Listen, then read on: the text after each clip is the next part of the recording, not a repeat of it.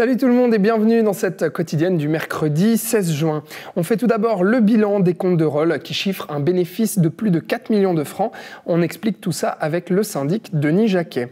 En sport, retour en images sur la dernière journée de compétition de LNB pour le Tennis Club Nyon. Malgré des victoires du côté masculin et féminin, eh bien les deux équipes vont être malheureusement reléguées en LNC. En culture, enfin, Andrea Braslopo vous emmène au Festival de l'Aube à Gand, dédié au bien-être, à la santé et à la joie de vivre. Que demander de plus ?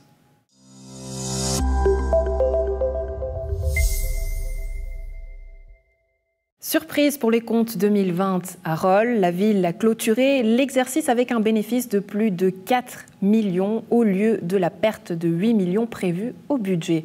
On en parle avec le syndic de la ville de Roll. Denis Jacquet, bonjour. Bonjour. Merci beaucoup d'être avec nous. Alors cette situation, selon vous, bonne ou mauvaise nouvelle ?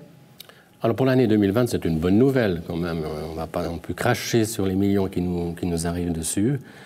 Mais c'est révélateur d'un système qui aujourd'hui montre toutes ses limites, à savoir qu'une année on peut gagner énormément de millions et puis une autre année ne pas en avoir, on n'en avoir pas du tout assez pour pouvoir garder un minimum pour notre plafond de...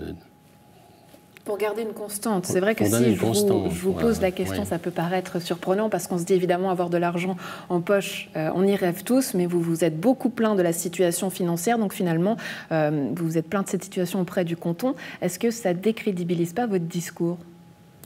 Momentanément, oui. Mais l'avenir nous dira que ça ne décrédibilise rien du tout. C'est vrai que voilà, c'est un concours de circonstances qui fait qu'au fond, en se plaignant, d'un coup, les millions arrivent. Mais quand on connaît la situation, quand on connaît, disons, les circonstances, on se rend bien compte que c'est un cas unique, peut-être qui ne se reproduira probablement jamais, il ne faut jamais dire jamais, mais en tous les cas qui n'apporte pas grand-chose dans la pérennité, en tous les cas. Puisqu'il faut gagner quand même 80 millions pour garder 400 millions. Et on ne gagne pas 80 millions toutes les années. Autrement, on ne gagne rien. Ouais. C'est ça la ces bonnes surprises arrivent dans la région. On peut citer par exemple Gland, qui fait aussi des très bons résultats, des bons chiffres. On a l'impression que dans la région, on peine toujours à faire un budget optimiste et que finalement, dans les comptes, ça s'avère bon. Oui, alors il y a des raisons différentes. Gland est en développement démographique, comme Nyon. Donc c'est des communes qui ont la possibilité quand même d'engranger au niveau des personnes physiques des revenus supplémentaires. Ce que Roll n'a pas, puisqu'on a un développement extrêmement lent, qui est une stabilité au fond des impôts des personnes physiques. Par contre, évidemment, les personnes morales, on sait que ça peut aller très bien, comme aller très mal. Et donc, ce n'est pas une garantie à long terme. Donc, quelque part, on sait que notre marge d'autofinancement était négative toutes ces dernières années, malgré qu'on avait quand même quelques millions d'entreprises installées sur notre territoire. Là, c'est une année exceptionnelle pour des circonstances exceptionnelles. On était prévenus d'ailleurs. Au fond, le budget aurait pu être, comment dire, on aurait pu mettre dans le budget ces millions qui arrivaient. Mais comme on a toujours été très prudent à savoir... Mais qu'est-ce que ça veut dire que c'était une stratégie politique en vue de ce combat envers la facture sociale et le canton ? Non, il n'y avait rien à cacher parce qu'on n'a même pas besoin de cacher quoi que ce soit. Les phénomènes, ça arrive tout seul. Donc, au fond, on n'a pas besoin de monter des scénarios pour essayer de faire valoir telle ou telle... situation. Non, je crois que là, on a vraiment affaire à une situation exceptionnelle qui, évidemment, tombe mal par rapport au discours qu'on peut avoir par rapport à la facture sociale, par rapport aux difficultés qu'on rencontre avec notre marge d'autofinancement. Mais je vous l'assure, l'année qui va venir sera tout à fait différente et les années suivantes très probablement. Oui, on y reviendra d'ici quelques instants au futur et peut-être aussi sur cette facture sociale, si le temps nous le permet. Mais pour revenir justement à cette situation que vous dites exceptionnelle, comment on explique finalement cette rentrée d'argent ? Alors elle s'explique parce qu'évidemment il y a eu certaines pénalités par rapport à des entreprises qui ont changé leur siège principal. Il y a eu évidemment des départs aussi, quelques départs qui évidemment, ou des chiffres d'affaires qui ont été, des rapatriements de capitaux notamment, qui ont fait que tout ça, c'est une pénalité. Il y a quand même au fond maintenant la RFFA qui fait quand même un peu ses effets, qui nous a quand même amené 10 millions dans ce cadre-là. Mais c'est un coût unique parce qu'il ne se reproduira pas, puisqu'au fond, c'est un phénomène... Mais est-ce qu'on peut vraiment être sûr que ça ne se reproduira pas? J'entends par là, et vous allez m'expliquer, c'est vrai que Rolle fait partie de ces villes qui ont leur entreprise, qui font aussi la caractéristique de leur ville, donc c'est vrai qu'on peut s'imaginer à ce que ça se reproduise.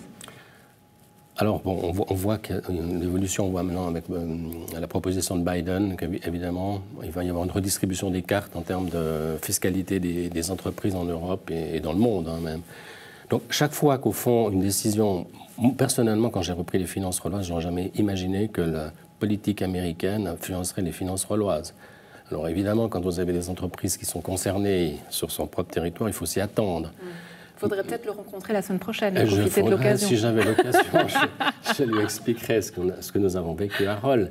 À part ça, bon, il faut évidemment reconnaître qu'on est quand même gagnant, mais c'est surtout le canton qui est gagnant. On a hérité. Mais le reproche du coup qu'on pourrait vous faire, c'est que vous voulez l'argent du beurre et le beurre et tutti quanti, la crémière. Alors, écoutez, quand on regarde les comptes, on se rend compte qu'on demande juste de vivre, hein, de survivre. Parce que là, le système péréquatif aujourd'hui fait qu'au fond, c'est pas très important. Il faut gagner énormément de millions pour vous regarder. C'est-à-dire qu'avoir un bénéfice de 4 millions, c'est pas assez pour survivre à Rolle? Non, parce qu'on a un déficit structurel aussi, il faut bien l'admettre, hein, mais on a aussi des investissements. On parle toujours de ces communes de la côte qui évidemment ont des gros revenus, mais elles ont aussi beaucoup d'obligations. On a une population qui grandit, il y a des infrastructures à faire suivre. On a des exigences aussi des citoyens qui sont peut-être plus importantes que dans d'autres régions du canton. Donc on doit répondre aussi à ces besoins. Donc la fiscalité, c'est une chose, mais les besoins des citoyens, c'en est une autre. Et puis aujourd'hui, on a peine à répondre à ces besoins parce que les finances sont limites, quoi. Denis Jacquet, vous quittez vos fonctions fin juin. Ensuite, Monique Chola-Pougnal reprendra ce rôle de syndic. Elle reprendra les finances aussi. Elle a déjà annoncé vouloir reprendre ce combat, le combat que vous avez mené tout au long de cette législature. À quoi est-ce qu'elle doit s'attendre, selon vous, pour l'avenir? Vous en parliez avant, vous aviez l'air d'être un peu pessimiste. Écoutez, quand on était en période électorale, j'étais un des seuls à dire qu'il va falloir quand même réaménager la fiscalité roloise en termes de points d'impôt. À 59,5, on est quand même... Il n'y a rien de choquant, mais je pense que 4, 5 points, 6 points, ce que nous avons essayé de demander dans cette législature pour quand même équilibrer notre fonctionnement de base et pour montrer aussi le fait qu'on est aussi capable d'augmenter les impôts, malgré le fait qu'on se plaint que finalement on a trop d'argent, donc quelque part augmenter les impôts, ça serait d'en avoir encore plus. Et est-ce qu'une syndic PLR arrivera à augmenter les impôts à Rolle? C'est particulier. Hein. C'est une autre question, mais c'est une question de survie à un moment donné. Parce que le système péréquatif, il ne va pas être revu avant plusieurs années, donc on ne va pas corriger ces effets de bord dont nous sommes victimes aujourd'hui. Donc on va continuer à vivre avec un impact financier, une clé de répartition qui continuera à pénaliser Rolle. Il faudrait 14, 15 points, 16 points d'impôt pour pouvoir équilibrer. Donc on va quand même pas... On voit même qu'on augmente de 5, 6 points, on ne sera encore pas à l'équilibre. Donc demander 14, 15, 16 à sa commune, là, ça devient quelque chose de très, très dur. Ouais. Pour boucler cette interview et revenir à SQS Commune, à la facture sociale, le comité a déposé la signature à l'administration communale mercredi. Selon vous, quelle sera la suite de cette aventure, Denis Jacquet? Alors, on peut s'attendre évidemment à un contre-projet du Conseil d'État, enfin du Grand Conseil. On peut s'attendre à ce que les choses traînent, puisqu'évidemment, nous allons entrer dans une période d'élection cantonale. Donc, au fond, personne ne va se lancer dans un sujet quand même un peu compliqué, sans sachant pas s'ils seront réélus ou si ça peut devenir un sujet politique d'électorat. Donc, je crois que malheureusement, ça ne va pas changer grand-chose en termes rapidement, mais que ça va encore prendre du temps. Néanmoins, on a vu quand même un basculement pour certains qui doutaient aussi déjà de la possibilité d'obtenir ce succès, mais aussi suite évidemment aux autorités cantonales qui ont finalement n'appliquent pas tellement très bien ou très à fond le contrat avec ce qui a été fait avec l'Union des communes vaudoises. On sent qu'il y a une lassitude et surtout une meilleure compréhension de la situation par rapport à des communes qui aujourd'hui n'auraient jamais adhéré à ce principe. Une lassitude qu'on a aussi sentie chez vous, Denis Jacquet, c'est vrai qu'on doit l'avouer. Est-ce qu'aujourd'hui, ce combat-là, il est terminé aussi pour vous? Non, il n'est pas terminé. Je reviens un citoyen normal, entre guillemets. J'ai créé un mouvement pour des communes fortes qui est essentiellement axé sur un site internet, mais je reviendrai sur ce sujet en permanence parce que pour moi, c'est C'est un combat que j'ai entamé, mais que j'aimerais voir aboutir un jour, en dehors de la politique, s'il le faut. D'accord. En dehors de la politique, eh bien, ça sera fini fin juin. Pour vous, Denis Jacquet, et la suite, comment est-ce qu'elle s'annonce de manière personnelle ? Eh bien, elle s'annonce de manière, comment dire, plus solitaire, hein, avec moins de contacts, puisque j'ai le projet de balader en Suisse, en tout cas cet été, d'aller et redécouvre ton pays, c'est un peu ça mon credo pour ces prochains mois, et puis de faire un peu l'analyse de... J'aurais envie d'écrire un livre sur la politique vaudoise, sur ce qu'elle représente, comment elle fonctionne, avec des anecdotes, et puis voilà, le fait peut-être de sortir un peu de mon environnement rolois me permettra de mieux analyser objectivement ces 17 années. Ouais, peut-être avoir moins cette langue de bois politique dont on a l'habitude et puis pouvoir écrire librement, c'est ça ? C'est vrai que pour moi, la politique vaudoise est un peu trop consensuelle. J'ai besoin de combats, parce que je trouve qu'il y a des tas de combats, il y a l'environnement, il y a beaucoup de combats, mais cette question d'autonomie des communes, c'est quelque chose que j'ai découvert en entrant en syndicature, particulièrement. Denis Jacquet, syndic de la ville de Rolle, je me réjouis de lire ce livre. Bonne suite à vous, à très bientôt. C'est une promesse maintenant, on va tenir. Merci.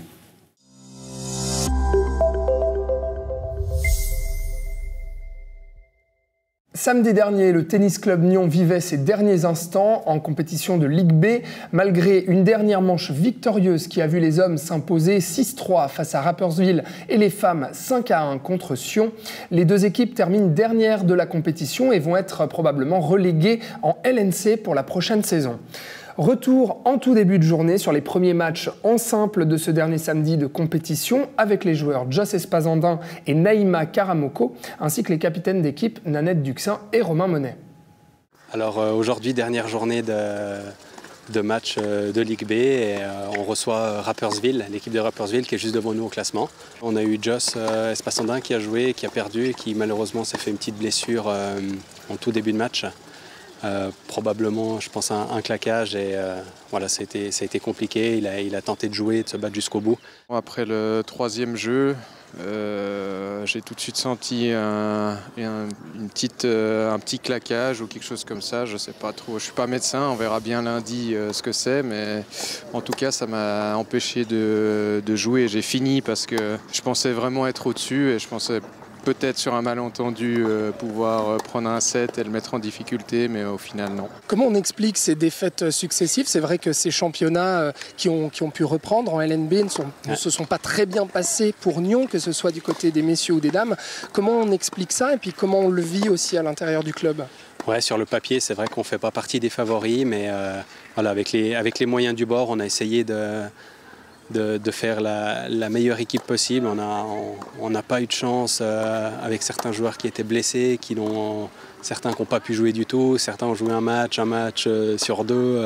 On avait une bonne équipe, il y avait une bonne ambiance, mais voilà, il nous manquait, je pense qu'il nous manquait devant des renforts, un ou deux renforts tout devant pour pouvoir aller gagner certaines rencontres que malgré tout on a perdu sur le fil. Que vous dire, les rencontres ont été dures. On a joué de très très bonnes équipes. Moi, c'était ma première fois, donc j'ai découvert un peu le niveau et ça joue très très très bien. Donc on a eu du mal, on a fait au mieux, match par match. On a fait ce qu'on a pu. Naïma, bonjour. Dernier jour de compétition LNB pour le Tennis Club Nyon. Tu as remporté ton match en simple. Comment tu te sens ? Je me sens bien soulagée parce que la fin c'était un peu dur, mais je suis très contente d'avoir gagné ce match, je pense qu'il était important. Alors le début c'était assez tendu, je mène 3-2, après j'arrive à me relâcher un peu, j'ai mieux servi et du coup j'ai gagné 6-2. Après dans le deuxième je mène 5-1 et là je peux finir, on va dire j'ai des opportunités, peut-être pas trop de confiance, donc j'ai un peu de la peine à finir et puis finalement j'arrive quand même à finir et à gagner 6-3, donc c'est une bonne victoire, je suis vraiment contente. Je leur apporte un petit peu de lucidité parce que quand on est là-dedans on s'en rend pas compte, mais les émotions ça va dans tous les sens et puis j'essaye de les soutenir en fait au maximum quoi. Je sais par quoi je sais un petit peu qu'est-ce qu'elles vivent et c'est très très dur d'être sur le court, donc voilà. Qu'est-ce que ça veut dire pour la suite, pour le Tennis Club Nyon, dernier de ce classement en LNB? Est-ce que ça veut dire forcément relégation pour la suite?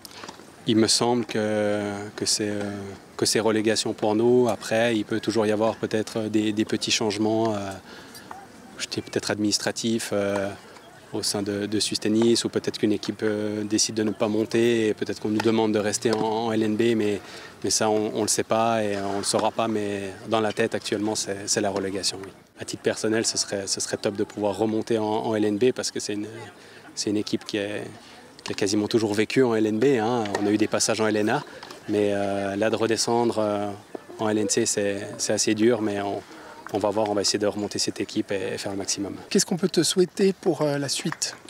Gagner des matchs, de la réussite, du succès. Et voilà, j'espère que je serai peut-être de retour l'année prochaine avec le Tennis Club Lyon.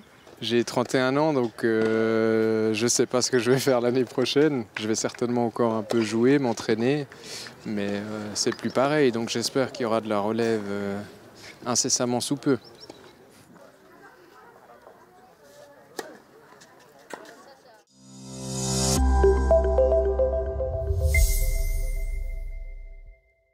Un festival dédié au bien-être, à la joie de vivre et à la santé prendra ses quartiers du 17 au 20 juin à Grand avec les festivals de l'Aube. Les organisateurs promettent de vous faire voyager, de profiter de la joie de vivre et surtout de l'apprivoiser. On en parle avec nos invités. Marc Niehaus, bonjour. Bonjour. Vous êtes le créateur de ce festival, les festivals de l'Aube à Grand. Charlotte de Perrault, bonjour. Bonjour. Vous êtes artiste et vous participez au festival. On parlera justement de vos créations et de ce que vous proposez d'ici quelques instants. Mais d'abord, revenons sur ce festival et surtout sur ses débuts, son origine. Marc, comment est-ce qu'il est né, ce festival ? Ça fait longtemps, en fait, que l'idée de partager ce que j'ai appris ces dernières décennies s'est concrétisée, en fait, il y a 6 mois. Mais avant ça, j'ai donné des stages, j'ai donné des séminaires. Pour moi, la joie de vivre, se connaître soi-même pour être davantage soi-même, les transformations intérieures, tout ce voyage intérieur est très important. Ça ne fait pas partie de ma vie professionnelle, ça fait partie de tout ce qui me reste de temps, entre guillemets, entre ma famille et ma vie professionnelle. Et puis, j'étais dans le Beaujolais l'année passée, un endroit magnifique qui s'appelle la Ruisselière, une propriété du XVIIe siècle qui est spécialisée dans les événements de mariage. Et puis, à cause du Covid, il n'y a plus de mariage. On ne fait plus la fête. Et j'étais tout seul avec ma compagne et mon fils dans cette énorme demeure qui fait des hectares. Et je me suis dit, waouh, là, de faire un festival, un stage, un séminaire sur quelques jours pour le bien-être, la joie, le partage, c'était juste un endroit incroyable. Vraiment, c'est ce lieu qui a mis le feu aux poudres. Et ces poudres, quelque part, c'est tout ce que j'ai fait en amont de tout ça, tout ce qui est ma passion, ma joie, l'envie de partager, en fait, le chemin intérieur. Ouais, une passion et surtout un chemin intérieur qui part aussi de certains arts, beaucoup de musique, de percussion, l'instrument utilisé, le corps utilisé comme un instrument. Voilà, c'est exactement ça. Et du coup, comme à cause du Covid, on ne pouvait pas s'engager sur un projet lié en France, on s'est dit on va le faire en local. On a cherché ici, dans la région, où est-ce qu'on pouvait faire quelque chose. J'avais des amis qui ont ce centre Prana Santé à Grand. Et puis, c'est un lieu qui est magique. En même temps, il y a cette maison de naissance. C'est un tout petit village, mais il y a déjà des impulsions. Juste 10 minutes de Nyon, si jamais. À 10 minutes de Nyon, exactement. Moi, j'habite Saint-Sergue. J'ai grandi dans cette région. Je suis bourgeois de Gingin. Donc, l'idée, c'était alors d'amener cette intention ici, dans ce lieu, et puis de voir comment on peut le développer. Il me fallait une équipe aussi. Ouais, c'est là que Charlotte va intervenir en tant qu'artiste, parce que vous avez une équipe qui vous accompagne. Mais Charlotte, pour qu'on puisse comprendre concrètement qu'est-ce qu'on fera durant ce festival, qu'est-ce que vous allez faire ? Moi, je vais chanter et jouer de la musique, principalement. Alors, chanter et jouer de la musique, mais de manière particulière, parce que c'est vrai que là, on touche au bien-être. Comment est-ce que ces chants, ces musiques apportent du bien-être ? Alors, je ne sais pas s'ils apportent du bien-être, mais en tout cas, moi, quand je chante et quand je joue, je vis quelque chose de profondément beau, et du coup, j'ai envie de ça se transmet, en fait, je crois, tout seul. Et voilà, j'utilise des instruments assez différents, avec des matières différentes, à des instants différents. Et du coup, je me laisse guider, porter, en fait, par la voix, les instruments, et avec cette intention effectivement d'amener de la joie. Ouais, alors dans la région, on a l'habitude de vous voir aussi, puisque vous proposez aussi plusieurs ateliers un petit peu à gauche, à droite. Vous connaissez bien Naglan, mais est-ce que, au travers de ce festival, vous allez apporter aussi des instruments particuliers ou choisis en particulier? Des instruments de musique? Je vais tous les prendre, tous mes instruments. Donc, par exemple, il y a un instrument qui reproduit le chant des baleines, qui s'appelle l'aquaphone. J'utilise beaucoup des sifflets d'oiseaux, aussi une flûte amérindienne. Enfin voilà, on va jouer avec la diversité. Oui, alors jouer avec la diversité, mais aussi plusieurs séminaires, plusieurs choses qui sont proposées tout au long du festival. Le but, c'est de toucher au bien-être, mais plus encore, c'est quoi vraiment les fondamentaux du festival, Marc? Je les ai cherchés longtemps. En fait, le but, c'était vraiment de proposer des arts de vivre le plus large possible. Il existe des festivals de musique, il existe des festivals de yoga, mais nous, on voulait proposer des expériences très diverses. Donc, on va de la danse folklorique à la méditation, à des ateliers de sagesse donnés par Pierre Vandervan, à des mouvements du corps, au yoga, des ateliers sur la respiration, des initiations à la méditation ou à certains arts. Donc, vraiment, ça devait toucher plein de choses. Et ça rendait aussi le festival en fait, difficilement nommable, c'est-à-dire donner un nom ou dire rapidement qu'est-ce que c'est que ce festival. Alors c'est vrai que c'est du bien-être, c'est de la joie, c'est de l'amour, c'est du partage. Et en fait, je crois que ce qui le caractérise le mieux, c'est l'éveil. En fait, ce qu'on aimerait, c'est de proposer des expériences qui permettent à des gens d'éveiller quelque chose, que ce soit une passion, que ce soit une curiosité, que ce soit une envie, et de pouvoir ensuite, fort de cette expérience, la poursuivre dans les lieux où elles sont enseignées, où elles sont pratiquées ici dans la région. Aujourd'hui, est-ce que vous avez aussi peut-être une responsabilité, parce que c'est vrai qu'on a tous passé une période qui est assez compliquée, est-ce que l'art permettra aussi quelque chose, selon vous? L'art? Dans quel sens? Toutes ces activités artistiques, est-ce qu'elles permettront peut-être aussi justement un éveil suite à cette période compliquée qu'on a tous eue? Alors moi, je pense que c'est même une mission qu'on s'est donnée avec le comité, c'est d'être prêt à ces moments d'ouverture post-corona et d'apporter des seuils où on peut apprendre et faire quelques expériences qui te permettront, après le corona, après ce qu'on a vécu ici, peut-être de vivre autrement qu'avant le corona. Ouais. Charlotte, le rôle de l'art, selon toi, aujourd'hui, dans cette période que l'on vit, c'est lequel? Fondamental. Donc voilà, c'est vraiment... Ça l'était déjà. Et je pense que là, avec cette période de confinement qui a vraiment amené chacun à revenir aussi en soi, et après la récolte, on a besoin de pouvoir exprimer. Et du coup, ouais, c'est fondamental. Et ça crée des liens aussi, l'art. Donc voilà, je pense que c'est une très belle chose que ce festival puisse avoir lieu à ce moment-là aussi. Oui, c'est un festival qui a été aussi, et pardonnez-moi Marc, vous pourrez compléter d'ici quelques instants, mais pour garder mon idée en tête avant que je la perde, c'est un festival qui a été assez malin finalement, parce que tous les autres festivals dans la région ont pu être interdits ou n'ont pas pu avoir lieu, et finalement vous pouvez le faire parce que c'est en pleine nature. Donc là, vous avez encore une fois aussi une responsabilité, un rôle à jouer. C'est même pas en pleine nature, hein. On est au centre d'un village, dans 2 salles, et puis on va s'adapter complètement aux normes sanitaires de ce moment. Mais on aurait pu ne pas du tout avoir lieu à ce moment-là, parce que les normes sanitaires, si elles ne s'étaient pas assouplies à la fin du mois d'avril, fin de mai, à la fin du mois de mai, on aurait dû déplacer les dates. Mais on a senti que c'était important de préparer quelque chose pour ce moment-là. Et puis, on voulait être prêt si la porte s'ouvre. On ne voulait pas attendre que la porte s'ouvre pour être prêt, en prenant le risque d'être complètement déçu ou triste ou frustré parce que ça ne pouvait pas se faire. Mais quand on parle de l'art, effectivement, ce qui est important, c'est que derrière chaque art, il y a un artiste. Et on est tous des artistes de notre propre vie.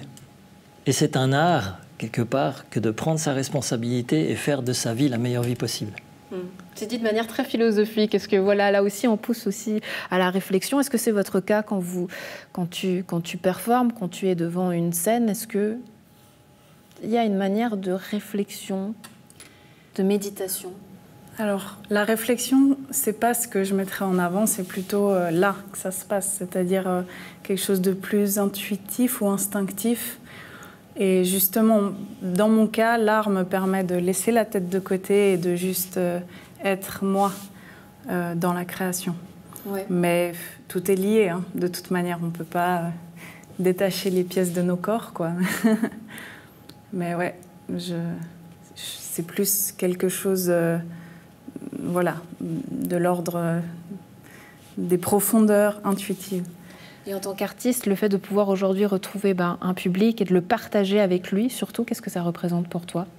C'est des moments magiques, parce que même si c'est en petit comité par rapport aux normes, justement, ça garde une forme de qualité, on reste dans quelque chose d'intime, et du coup, ça prend beaucoup de sens et de qualité. C'est des moments de qualité extraordinaires, ce partage. De partage. Tout ça est à découvrir et surtout à vivre du 17 au 20 juin à Grand. Marc, une première édition pour cette année, mais le but, c'est aussi, après, de voyager un peu partout.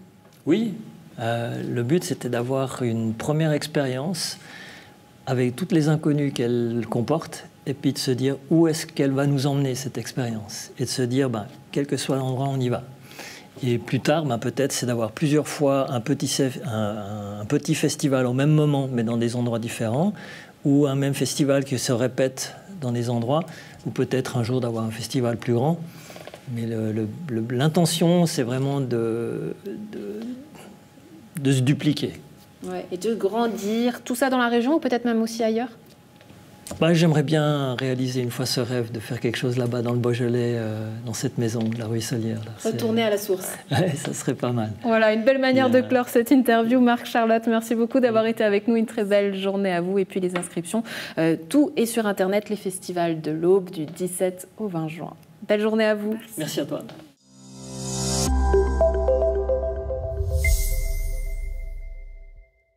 C'est tout pour la quotidienne du 16 juin. Merci d'avoir regardé ce programme. Je vous souhaite une très belle fin de semaine avec les rétros et je vous dis à la semaine prochaine.